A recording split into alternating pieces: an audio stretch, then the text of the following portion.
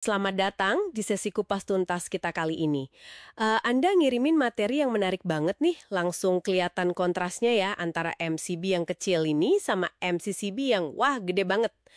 Misi kita hari ini kita coba gali lebih dalam ya, biar Anda paham bukan cuma bedanya apa, tapi juga kenapa beda itu penting. Iya, betul. Yang seru di sini tuh gimana fungsi proteksi yang sama, ya kan, ngelindungin dari arus lebih, tapi kok implementasinya beda banget, tergantung skala sama kebutuhannya gitu. Beda fitur, beda desain. Mari kita lihat lebih detail deh. Oke, kita mulai dari yang kecil dulu ya, si MCB, Miniature Circuit Breaker. Namanya aja udah mini ya. Sumber Anda nyebutin ini umum buat rumah, toko kecil, kantor gitu. Yang biasa nempel di kotak panel, di rel itu loh, apa namanya? Din rail ya? Betul, DIN-rail. MCB ini biasanya buat beban-beban ringan kayak lampu, terus stop tantak biasa. Rating arusnya juga nggak terlalu besar. Biasanya sih di bawah 100 ampere. Itu di gambar Anda ada contoh C32. Nah, itu artinya batasnya 32 ampere. Oh, C32 itu 32 ampere ya? Oke, oke. Terus ada disebut juga kapasitas pemutusan, 6-10 kilo ampere. Angka kilo ampere ini maksudnya apa sih? Penting nggak? Penting. Kiloampere itu kiloampere.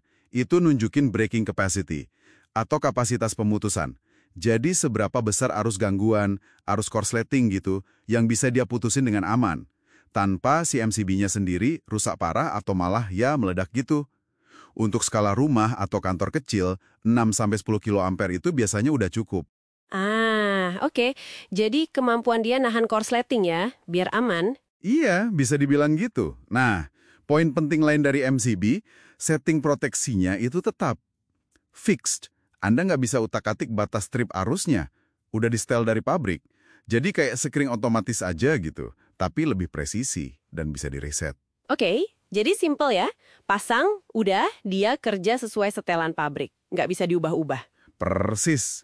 Makanya pemasangannya juga gampang. Tinggal klik ke DIN-rail itu, modular. Nah, sekarang kita geser ke kakaknya nih. MCCB, Molded Case Circuit Breaker. Dari gambar aja udah kelihatan ya, ini kelas berat. Jauh lebih bongsor. Iya, benar. Secara fisik aja udah beda jauh. Deskripsinya juga nyebut ini buat arus yang jauh lebih gede. Bisa ratusan bahkan ribuan ampere ya.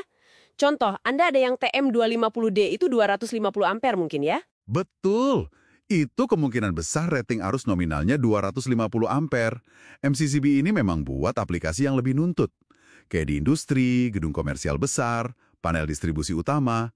Pokoknya yang butuh ngalirin dan ngamanin arus besar. Kapasitas pemutusannya juga gila-gilaan ya. Bisa sampai 200 kilo ampere. Itu kan 20 kali lipat lebih dari MCB tadi ya. Bisa lebih malah. 200 kilo ampere itu kan 200 ribu ampere. Gede banget. Kenapa perlu segitu? Ya karena potensi arus gangguan di sistem distribusi utama itu bisa masif banget energinya. Jadi perlu breaker yang sanggup nanganin. Masuk akal sih, harus lebih kuat. Terus pasangnya juga beda ya? Nggak di din rail lagi? Biasanya enggak. MCCB lebih kokoh, jadi umumnya dipasang pakai baut langsung ke panelnya. Lebih mantap gitu. Nah, tadi Anda sempat singgung soal setting. Kalau MCB kan fix. Kalau MCCB? Nah, ini dia salah satu perbedaan paling krusial lainnya. MCCB itu umumnya setting proteksinya bisa diatur, adjustable. Coba Anda lihat lagi di gambar MCCB Anda, ada kayak semacam dial kecil atau switch gitu kan? Biasanya ada tulisan IR sama II. Oh iya, bener. Ada kayak pemutar kecil gitu ya. Itu buat apa IR sama II itu? Oke, IR itu buat ngatur setting arus beban lebih atau overload. Seberapa besar sih arus di atas normal yang masih boleh lewat sebelum dia trip, tapi ada jeda waktunya. Sementara II itu buat ngatur setting arus hubung singkat atau short circuit.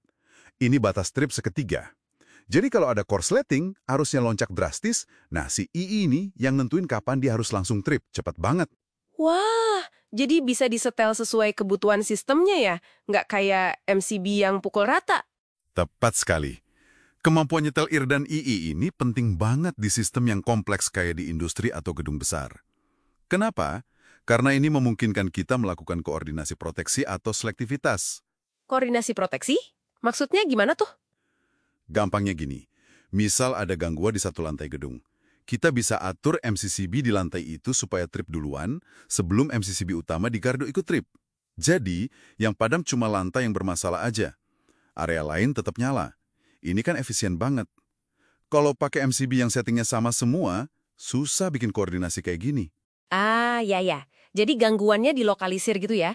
Nggak bikin satu pabrik atau satu gedung mati semua cuma gara-gara korslet di satu mesin cuci misalnya. Haha, ya kurang lebih gitu analoginya. Jadi, bukan cuma soal kuat nahan arus besar, tapi juga lebih pintar dalam merespon gangguan secara selektif. Oke, paham sekarang. Beda banget ya fungsinya jadinya. Betul. Belum lagi MCCB sering punya opsi buat nambah aksesori, misalnya shunt trip. Shunt trip? Iya, itu fitur buat ngetripin MCCB dari jarak jauh. Misalnya disambungin ke tombol emergency stop, ditekan MCCB langsung trip.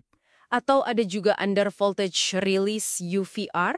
Itu buat otomatis ngetrip kalau tegangan supply tiba-tiba drop di bawah batas aman, biar ngelindungin peralatan. Wow, canggih juga ya.